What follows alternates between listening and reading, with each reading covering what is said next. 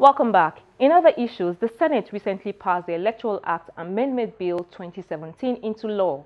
The passage of this bill is designed to guarantee free, fair and credible elections in Nigeria. But what do legal practitioners make of the amended act? I spoke to a few of them. They are very good innovations. The only problem I have about that amended Electoral Act is the implementation of it.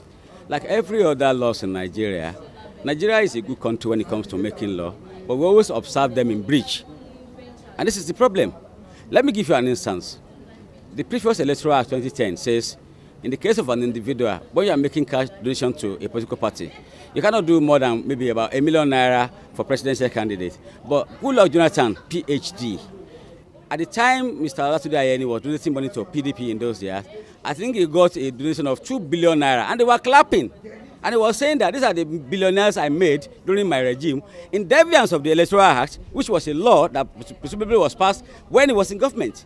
So when breaches are observed at that top echelon of the government in Nigeria, all of us will know that it is not yet Uhuru for Nigeria and legal observance and the issue of rule of law. Because more often than not, from the presidencies to local government, we observe our own laws in breach. So this is my take. There has to be much wider consultation for the proper amendment of the Electoral Act. Now, because aside from amending the Electoral Act, you have to amend the first schedule to the Electoral Act, which is the rules guiding the conduct of the rules of practice in electoral tribunals. That is where the major problem is. Now, one of the fundamental things the fundamental problems that we had in the 2015 election was that you had a situation where the first schedule, even the Electoral Act has placed the burden of proof on the petitioner, in that, which I think is absolutely wrong. And the reason why I think it's wrong is because it's not the petitioner that is conducting the elections. It's not the petitioner that has the materials. It's not the petitioner that has the materials. And so you have a situation where you go to court and you are saying that elections were not conducted in a manner that is in substantial compliance to the Electoral Act. And you wouldn't believe that the party that even conducted the elections, or the institution that conducted the elections, coming to the tribunal and is raising objections, technical objections, jurisdiction and all that, without answering to that, and because he knows he simply doesn't have the obligation. And don't forget that you also need an INEC official to come testify.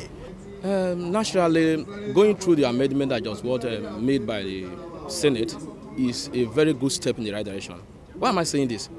You know, when the Supreme Court gave its decision in respect of the case of Governor Wike and Peter Side, there was a loud public outcry in the sense that the decision of Court of Appeal was set aside on the ground of not usage of the biometrics that were put in place, because the grounds of Peter Side was that some people were not accredited by the machine provided.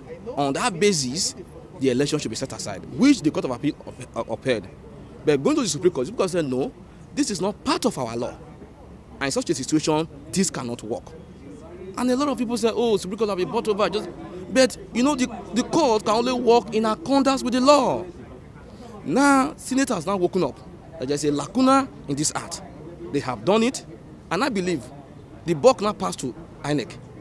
INEC needs to work stronger, put the machinery in place, so that on the voting day, the issue of network and non-network will not be an issue. This is a replay of also what happened in Akwa Ibom State, if you recall, and the same outcry. The APC cried that, the PDP cried that.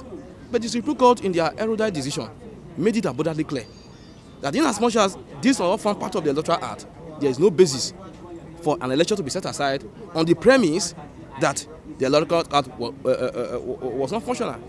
So we are saying that the Senate has woken up to its noble call, and we urge the electoral agency to strengthen their machinery, put their machinery in place before the next election. So at the end of the day, there will be no unnecessary public outcry.